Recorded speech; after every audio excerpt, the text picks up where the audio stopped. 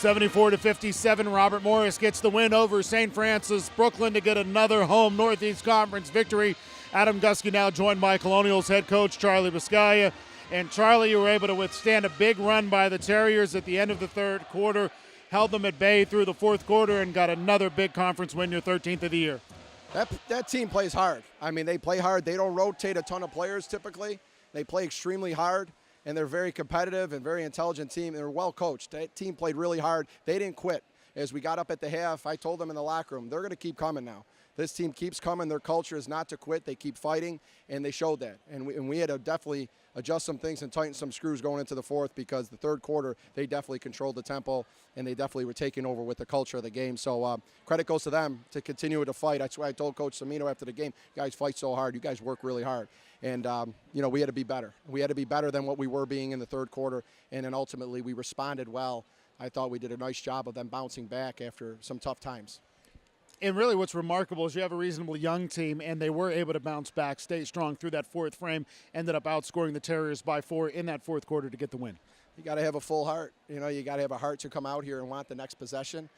Things are going to happen. Mistakes are going to be made. We were up big at the half, big enough. 22 points is a good amount of points up at the half, but the game wasn't over, and we had to be able to come back out here and grind.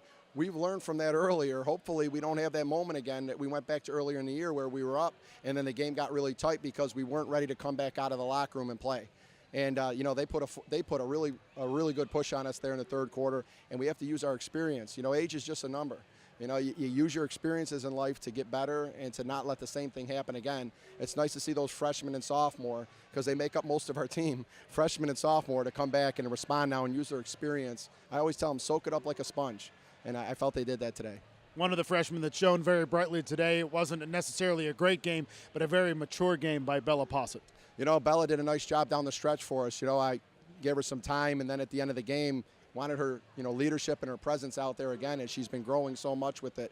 And she did a nice job again of responding and taking care of the ball and making good decisions at the end of the game. So, her growth has been tremendous from the day she walked on campus here and started training with us, and that's what this is all about. It's about development. I love seeing her develop. During the game, we traditionally harp on the depth you have at the center position with, NECA starting the games and then Ozzie coming off of the bench. But something that's really started to emerge is the depth at the power forward position, where Pluvios gives great minutes in the starting role and Villafort comes in and cleans things up very well. And that wasn't easy. That was something Natalie had to have hands wide open with a full heart for that. I mean, we talk about that all the time. She wasn't coming in as a power forward, and she moved to that position, and there was some growing pains there, but her humility and her attention to detail and wanting to get better has been outstanding. So I think that is a great testament towards that. And, we need that steady performance at the power forward position as well as we do at other positions, and they're doing a good job right now.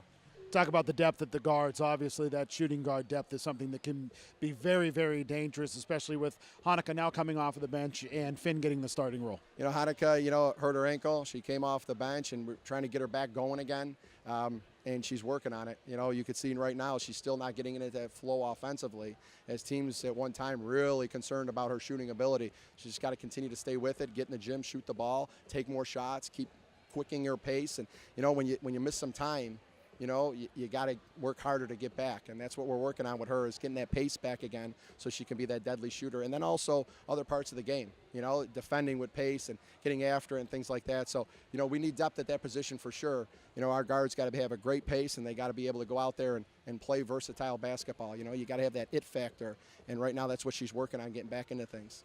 You're now about a week removed from losing your first game in over a month and a half. How do you feel your team has responded after losing that game to Mount St. Mary's last Saturday? Well, we had a tough challenge right after that, and we had to come back in one day and go on the road and play a team that's won 6 in a row. And, we had to come back and play against a style that was similar to what we lost against with the zone and everything. But, the attention to detail again and the leadership, being ready to come back. It cannot be coach-driven. I'm going to give them everything. I'm going to tell them everything they need to hear. But the player-driven mentality to come back and want to get in there and to get it right in one day and then come back and battle, because you knew it wasn't going to be easy, and we did. Great response. I don't necessarily think we had to lose the game to have that response, because winning and losing, you got to be able to come back from both. But, some people are always saying, loss is good, it wakes you up. You know, we got to come back with a steady routine no matter if we win or lose the game. You can't let wins let you, lower your standards. So that's going to be the big thing again now. You know, we won a couple in a row now, played 2 really good teams. We got to stay humble and just continue to go back and want to see what we did wrong, not just what we did right.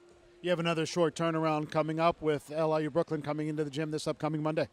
You know, it's always tough. I mean, LIU Brooklyn is playing much better. I mean, we get a chance to see them sometimes because scouting one opponent, you see, them on video and you say, wow, they're doing well now. They're playing with a way better pace and they're doing things. So the little that I've been able to see of them recently, they've been playing good basketball. So we definitely got to get after it again. Like I said, handling the win today and coming back and wanting to get back tomorrow and go to work and get that scout ready and get ready mentally and physically to go back and play on Monday. That's going to be all this is about now. One moment at a time, and now the focus is LIU Brooklyn.